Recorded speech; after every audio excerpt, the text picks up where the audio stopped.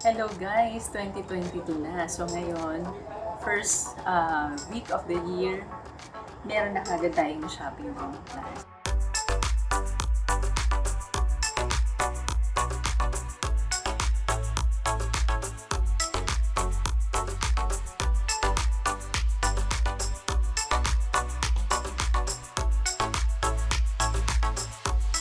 Some of my plans na nabili ko is common naman, pero parang lately na-appreciate ko siya. Or yung iba dito ay underrated. So, maganda din naman pala siya sa first week. So, nag-stop akong bumili ng December 2021. Nagpipigil talaga ako kasi yung mga na-propagate ko from previous month, makikita nyo sa previous vlog din na medyo lumaki na sila and kailangan ko muna silang i-out. So, pinamove ko muna sila, minove out ko muna sila para makabili din ako. Siyempre, kailangan ko rin ng budget para makabili uli ng panibagong price. So, ngayon, first week ng January, talagang binantayan ko at nakita ko siya online. And reasonable naman yung ibang price. Nakuha ko siya. So, without further ado, i-share ko sa inyo yung mga plans na nakuha ko. Simulan natin dito sa medyo familiar ang marami. Medyo common. So, ito si Philodendron Melanochrysum. So, actually, ito nagpabana. So, nung una, hindi ko siya na-appreciate kasi meron akong Philomycans. So, yung familiar sa mycans, medyo maliit na version nitong melano. Siguro, ipakita ko sa inyo yung, so ito yung aking magulong mycans. Kasi, hindi ko na siya mapigil, talaga ang lalaki niya na. So, kung makikita nyo yung leaf ni mycans, very beautiful siya. Same with melano. Pero, melano, ang napansin ko sa kanya, yung veins niya, mas, medyo mas maliwanag or mas matingkad yung veins ni melano. So, kung pagtatabihin ko sa silang dalawa, makikita niyo yung difference. Although, pareho silang velvety type na leaves. Plus, yung likod ni melano, eto siya. Si mycans kasi is medyo reddish to brown. Ito yung likod niya. Reddish to brown. Samantalang si melano, green talaga siya. So, nakita ko siya sa personal, maganda din naman pala siya. Plus, this time of the year, bumaba na siya. So, I got this for only 2.5 or 2.2 something ganyan. Actually, mas mayroon pa ako nakitang mura at nabili ko na kasi siya naka-oo na. Meron ako nakitang 1.8. Medyo mas maliit nga lang yung leaf niya. So, okay na rin naman. Best deal na rin. I got this pala from isang garden sa Cavite. And then, baba lang natin ito. And then, I have here si Monstera Standelliana alba. Actually, ito, nilipat ko na siya. Tinransfer ko na siya sa mas malaking pot. Tapos nilagyan ko siya ng pole. Kasi ang original pole niya is fern, yung matigas. And ang nangyayari kasi dun sa fern na pole is napupudpod yung mga aerial roots niya. Like this. Ganyan ang nangyayari. So, nilipat ko siya para mas kumapit dito sa moss pole. And eventually, ma-propagate ko siya. Dati hindi ko siya na-appreciate kasi parang ano lang siya, parang straight na dahon. Pero, nahihilig kasi ako ngayon sa bukod ng mga collection ko is Monstera and Philos. Nahihilig ako doon sa mga variegated na dahon. So, isa, si Standelliana na may maganda rin namang variegation. Actually, ito hindi ko binili, but I got this from bidding sa isang group, sa isang plant bidding group. So, I got this for only, na-win ko siya for 1.6. And meron na rin nagbebenta sa online ng mga na-propa nila, mga 2 to 3 leads, around 800 to 1,000. Depende sa variegation. So, I'm hoping pa na makakuha ng Standaliana Aurelia, yung may yellow variegation. So, ito yung next na nakuha natin for this year. And then, sumunod is, ito muna tayo sa medyo mabilis. This one naman is from Epi family, Epipremnum pinatum mint. So, kung makikita niyo yung yung variegation niya is malapit siya sa light green to green, to dark green. Nakuha ko ito from bidding again. So, nakuha ko siya for 600 per leaf. 600, isang leaf. Ito lang yung original. And then, tumubo na sa akin ito.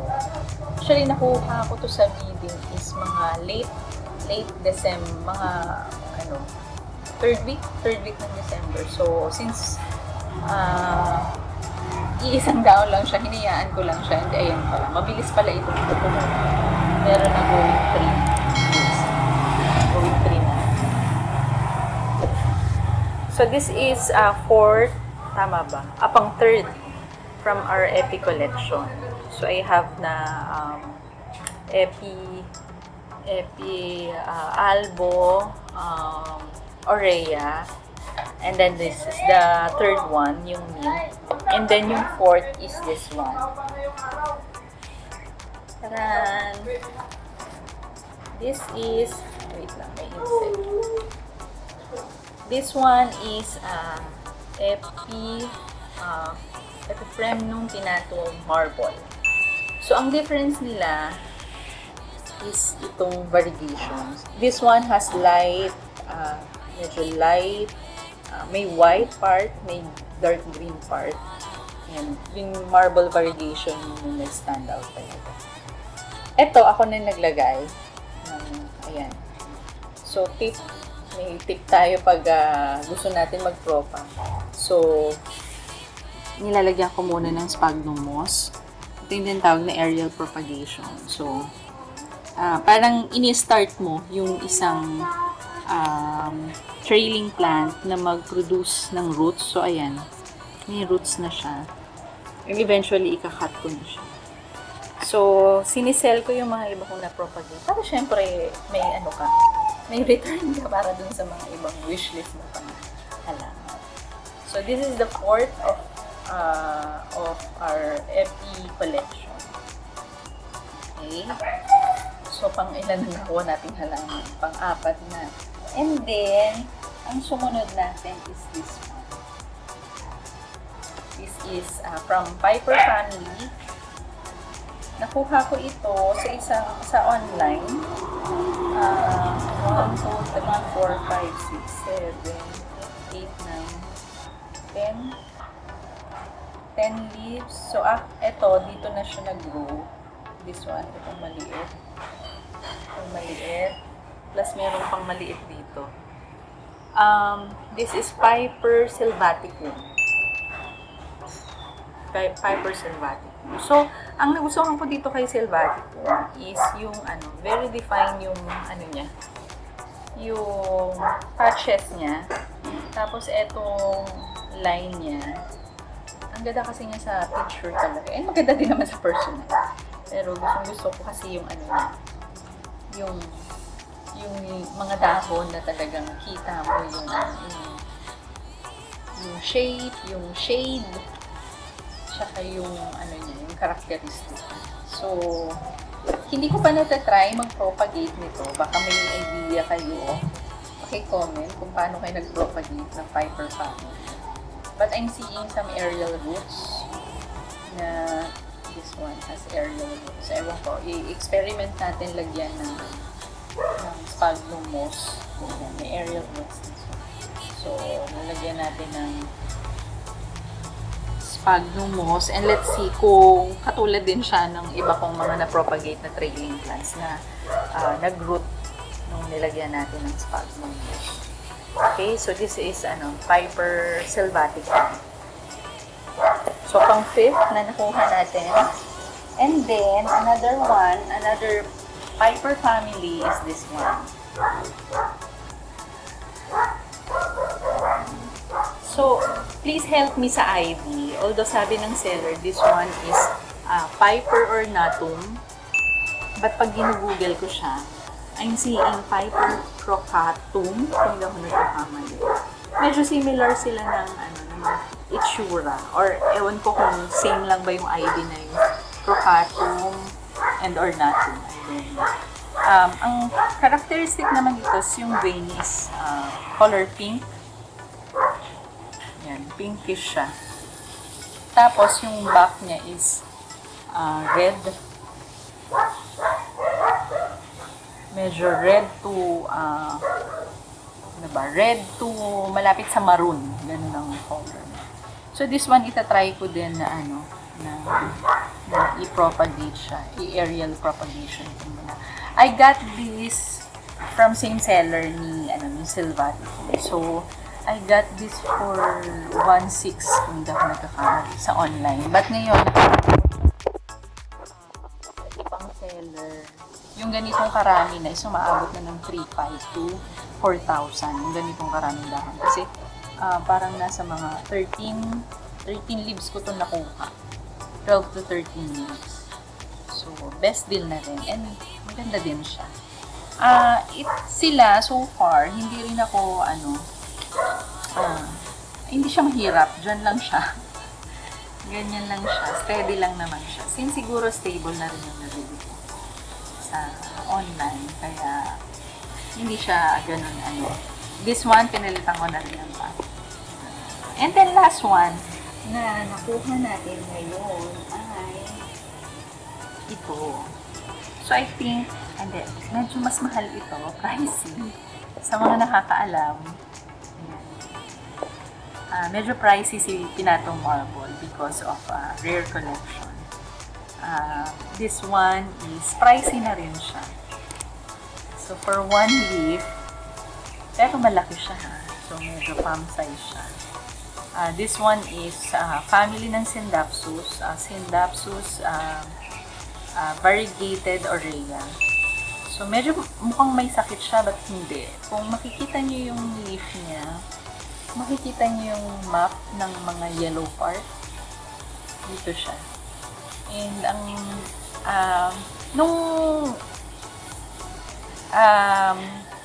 bibilin ko siya, medyo nag-aalangan nga ako kasi hindi siya common sa market na merong ganitong kagandang variegation. And very yung seller na talaga, mas mahal sa ibang seller. Yung iba ay nakikita ko sa online, maliit lang yung yellow part niya. Umaabot na ng 6,000. So, ito, nakuha ko siya ng secret na muna kasi medyo mahal siya. So, hopefully, i-propagate ko to and marami akong ma-produce na ganitong kagagandang Scindapsus since maganda din yung cheese. So, this is pang ilang Scindapsus ko na ito. I think pang 7 sa Scindapsus collection ko. But this one is the first variegated Scindapsus that I have. Okay, so, maliit lang siya. Yung niya is parang noodle cup na size. Hindi pa siya ganun ka-stable since nakat ito is 3 weeks pa lang. Although nakita ko naman may roots na, but hindi pa ganun kakapal. So, naka-isolation muna siya and hopefully mag-progress palalo yung roots niya para hindi naman tayo manghinayang doon siya. Pinastos natin. So, 1, 2, 3, 4, 5, 6, 7. This is 7 plant for this year. And the last one that I got is this one. Kadadating lang nito noong 2 days ago. 2 days ago. Kasi hindi ko muna siya kagad ship. So this one, very common ito. This one is Philodendron branchianum. seller din sa Cavite. I got this for 2,000. So, sa iba, merong mga big form nito. Actually, ang gusto ko sana yung big form. But okay na rin kasi habang trailing na kasi siya and very good deal na yung price. Kasi yung iba ay 2 to 3 leaves around 900 to meron pang 3,000 yung malalaking leaves na, pero mga 3 to 4 lang yun. So ito, papalitan ko tong pole kasi ayaw ko tong pole kasi nga nakakaskas na aerial roots niya. So ipopropagate, sayang kasi yung mga aerial. This one, maganda na siya kasi very stable. And hopefully maparami natin siya. So, ito yung mga nakuha ko nitong nakaraang linggo. Kasi na-excite ako bumili ng mga bagong plants. And excited din ako mag-propagate. Para ma-share ko din sa inyo yung mga na-propagate natin. Mga budget meal lang para magkaroon din ng mga plants yung okay? So, i-update ko kayo sa mga propagation sa ibang plants. So, this year, last year, medyo nag-stop ako sa propagation. Tapos, in-enjoy ko muna yung mga bakasyon at mga holiday na steady lang yung mga halaman. Pero this year, this first week of January, bumalik ako sa mga halaman. And, ito na yung mga nakuha ko. Okay, so, for those na bago sa channel, please like and subscribe and comment kayo kung ang ID ng plant na to is Ornatum or Crocatum. And then, we'll see on the next video para ma-propagate na natin itong ating Epi Marble. Yan na, nalilito na ako sa mga ID mo. Okay, until next time. Salamat!